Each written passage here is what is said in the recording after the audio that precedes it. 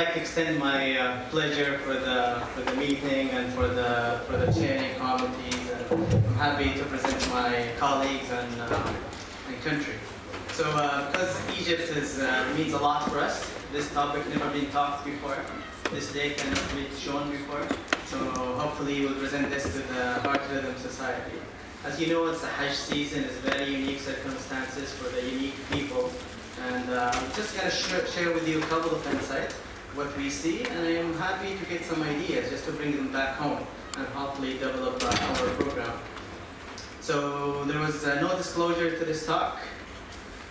I'd like to start with this. There is not only Saudi and during Hajj, it's multi-ethnicity, a lot of colors, a lot of diversity. There is no single language in the world that doesn't come from Mecca. So it's a different unique. And in one image, in one picture during Hajj, you'll see more than 10. I'll give you this data for the last 6-7 years. So in 2011, 2012, we have a lot of pilgrims at that time. There was a decline in the last 3-4 years, and that's because there is some national program and development in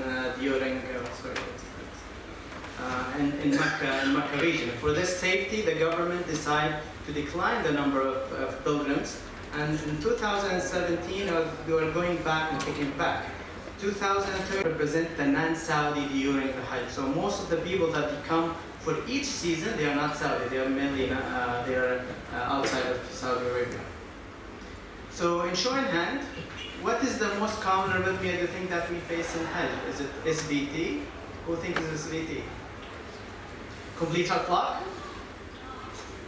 All right. Atrial fibrillation? All right. Ventricular tachycardia? No. You're correct. Most of the people, they get atrial fibrillation. People are old and sick and do a lot of heavy duties and in a hot summer sometimes, and get pneumonia, get infection, and this is atrial fibrillation. We found it around 41% of the, based on like in the 4 years consultation. It's around 845 consult, and this is only in the last 4 years. And when we say Hajj season, means 1st of Al-Hajj till the 15th of Al-Hajj. This is data represent only 15 days. Yes, the pilgrims sometimes they come way early and they stay way beyond the Hajj, but this is just the flutter and ventricular tachycardia and SVT. And SVT in those people sometimes will be resistant to medical therapy, or maybe because of the all exhaustion that they do during performance of Hajj. So what is the common ECG finding during heat stroke? The weather in Saudi in the summer can be very hot. And those people sometimes go to Arafah and stay in Arafah al-Fajr till al-Maghrib, and he's trying to avoid hydration. He doesn't want to drink water. He doesn't want to go to the washrooms because of the availability. There is a lot of concept. So those people, they get very dehydrated, and the heat stroke is very common around this time. So do you think there's a pattern or no pattern with during heat stroke? When I say heat stroke, that means the core temperature is 41 degrees. Heat exhaustion is around 38 to 41. But with the heat stroke, they have some mental change. So there is a definition for the heat stroke. So who said there may be nothing? What about non-specific ST changes? Right? Non-specific conduction delay? No? Complete heart block? Right? Let me answer this. So in the heat stroke, we find a lot of things. Sinus tachycardia is very common due to dehydration at that time. They have a lot. The sensitive one is non-specific ST changes that can happen in exhaustion or during the heat stroke. But during the heat stroke, the most specific one, they have non-specific conduction delay. So when I say specific, it's not sensitive. So when I see it in a patient who has a temperature of 31, that's our non-specific ST changes is a more sensitive. And when we have ST segment elevation, it's not localized. Cannot mask an anterior MI or inferior MI, cannot mask myocardial infarction. They have ST elevations like something like pericarditis, not localized to one area. This data of total cardiac procedures in Mecca during Hajj, this is 15 days data, that's it. From day 1 of Al-Hajj till the day of 15, And this is include intervention, BCI, cabbage, pacemaker, ablation devices. And you see that the numbers are going because we've learned and tried to get a system way to get into the patient and try to manage them early. So the numbers almost doubled between last year and this year, from 644 procedure to 1,314 procedure. And this is, again, this is only in 15 days, from day 1 till day 15. I want to show you this graph. This is number of devices in the last 7 years. We have 165 devices implanted during Hajj. Again, it's only 15 days now. We have dual pacemaker, the most common, single pacemaker, ICD single, dual ICD, and CRTD, and others. When I say others, there's a leadless pacemaker, and we start implanted this year, and mainly those for people in Saudi Arabia. The nationalities. It's multi-ethnicity. We see all things. So the most common, they are Saudi, because this is the most common unified nationality in Saudi. But in terms of others, the second one is the Indian, this is most implant. Then we have the Pakistan and Egypt. So this is the third, the Egypt will be the fourth country in terms of implantation device that's needed during Hajj. And the most people, 66, were male. So that's mean we have a lot of diversity. We have Afghanistan, British, Egyptian, Ethiopian, Indian, Iran, Libyan, Malaysian, Morocco. This is only for devices. If you're going to put the nationality for intervention, for BCI, you'll find a whole lot of nationalities. And those services all done for free. So what are our journey? I know that Ma'had again has a journey to improve their services. The same thing, we share the same thing, that we have a journey to improve ourselves. We started with devices in 2012, and this is number of devices in yellow part. In 2017, we have 39 implants during 15 days. In terms of ablation, we started growing up for the last 3-4 years. This year we did 15 procedures for the last in the 15 days of Hajj. So total procedure in terms of EB, if we're concerned about EBs, we became mature maybe in the last 2 years only. Most of them we have pacemaker. This is the common share, the common implant. ICD 35, 13, SVT 10, WBW, that's sometimes first time diagnosed. And interesting, all those WBW they came with AF with WBW. They have no symptom, they presented with atrial fibrillation. And we started doing VT ablation during a Hajj for patient who has no ischemia driven. I'm going to show you the pathways for all those diseases. So what is the best time for you to do a case? Is it from 7 in the morning till 5 o'clock, if you're in an AP center? Is it from 5 to 12, or from 12 to 7? 24 hours. So what do you do here? Most the EB lab in the world is, our business has no emergency. The emergency that we have, complete heart block, put a temporary pacemaker. I have this patient who is Egyptian. He's a 65-year-old, came with non-ST segment elevation in mind. This is why you have to think about the mentality that we face. He came in the 8th of Al-Hajj, just 1 day from Arafah, with non-ST segment elevation myocardial infarction. Angiogram, he has a left main disease, almost 85-90%. He has lesion in the circ, lesion in the RCA, diabetic, and the plan for cardiac surgery. He declined the surgery. He said, I'm here to die. So our thinking when we talk to the people, always in medicine we talk about mortality benefit, morbidity benefit.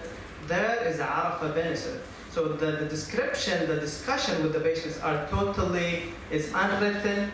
We know you're never going to see it. This is why it's unique. So in terms of ablation, we do it 24 hours. I've done SVT at 3 o'clock in the morning because this patient needs to do an ablation and he wants to finish his thing. I've done a lady, she's a British. She came in with ICD. She had an ICD, but she came with 45 shocks from PVC-induced VF, We start the case at 2 o'clock in the morning. So to do this case, you need a team. This is not about physicians, it's always about team, and I'll show you what we have. This is how you have to think about Mecca. It's a small space, condensed people, no space. This is full of people that they are walking. Remember, like, imagine the heat stroke. Those people refuse to drink. He doesn't want to go to the washroom too frequent. So it's a very unique. By the way, this is not books. This is buses. They are lined up to go from a spot to a spot. So, and just to put you in the map, this is the hospital that we work in. It's King Abdullah Medical City. We have here Mina. We have to get a connection between here and there. Muzdalifah, Arafah, and when they finish, when they go to Al-Kaaba. Mecca is not like unified land. There we have a lot of mountains. You cannot go from one spot to a spot unless you go through a bridge, you go through the tunnel. There is not an easy way to get the patient around. So this, to go to this hospital, you need to think about staff. We have 3 cath labs. One of them is dedicated for EP. We have an on-call system for 24 hours for the EP system. For the referral, we have the hotline. We have a phone that you call consultant. If EP consultant will answer. If you call to the intervention will answer. We have the online. We see less fax referral. We have the online system that you get notified by people. How to get them? That's, I think, what is make this year different. We have the ER of the hospital open, but the patients were not going to come to the ER. We have to get them into the hospital. We have the Red Crescent ambulance. This year we activated the air ambulance. Patients who's in Arafah, had an MI, has a complete heart block, get the management, air ambulance, pick him up, helicopter, and get him into the hospital. So the rush time is actually the day before any language in the world. They are not available in the hospital. 2 o'clock in the morning, you don't speak Kwantis or Japanese or whatever. You can find someone who speaks the language to help. In terms of beds, we have 34 CCU beds, telemetry 79 beds. Other services, CT, MRI is a 24 hours call. You do it, you can patients at 1 o'clock, you want to do MRI, 3 o'clock in the morning, you're done. As I mentioned, the customer are different, so you have to keep the hospital running. And the other thing that I found it useful is the networking. I try now, I know people from the Malaysia, I know people from EP doctor from Indonesia, from India, from Pakistan, because when I implant, I have to send them the report and let that people that did the procedure where the best center to follow up. I don't have a problem with Egypt because we have a lot of electrophysiologists. But when I have a patient from Tanzania, we have a lot of trouble. Sometimes people, they travel from country to a country to get their device checked. So this is all the learning process that we get. Where is the patient from and how he can get follow-up. And that can sometimes change our management plan. We came with the pathways to improve the other services. So complete heart block. Let's say patients in Arafah get a complete heart block. First you get the hydration, get the blood test, get the IV. If it's not a QRS, they will send him, fine. If it's a wide QRS, 2 p.m. on site, and we have to train people how to put the temporary pacemaker in those small peripheral, regional, seasonal hospital. And after that, we transfer. If the road is fine, Red Crescent, ambulance. Road is not fine, during Arafah, after Arafah, you have to go with the air ambulance. Once you get the arrival, echo right away. So we know about them. We're not surprised when the patient is coming. We know that the patient is coming. So there will be a team doing the echo once the patient is regional wall motion abnormalities, elevated cardiogram, then everyone will go for an angiogram. And if then if they decide there is no reversible cause, pacemaker done, 30 minutes, 2 hours, he's going back to where he came from. If he has a transient heart block, so we'll do 12 hours observation in-house, sinus echo as a cardiac MRI is needed, as my colleague Dr. Hatibation mentioned about the MRI, what is the useful of the MRI. And VT ablation, we do it if the patient has recurrent VT and no sign of cause, there's no ischemia. At that time we do the VT for him.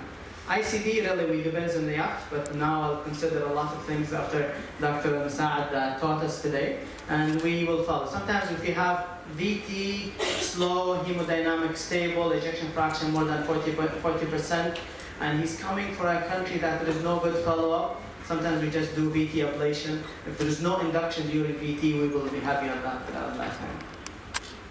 CRT, backway, EF, heart failure, lip knocking, that's standard.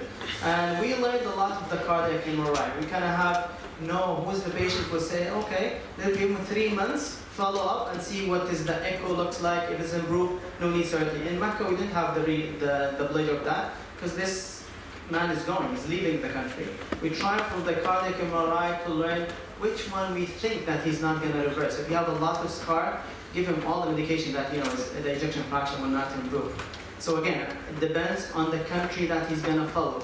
If he is going to a very poor country with no electrophysiology, we try to spur non-emergent, non-critical patients from devices like that.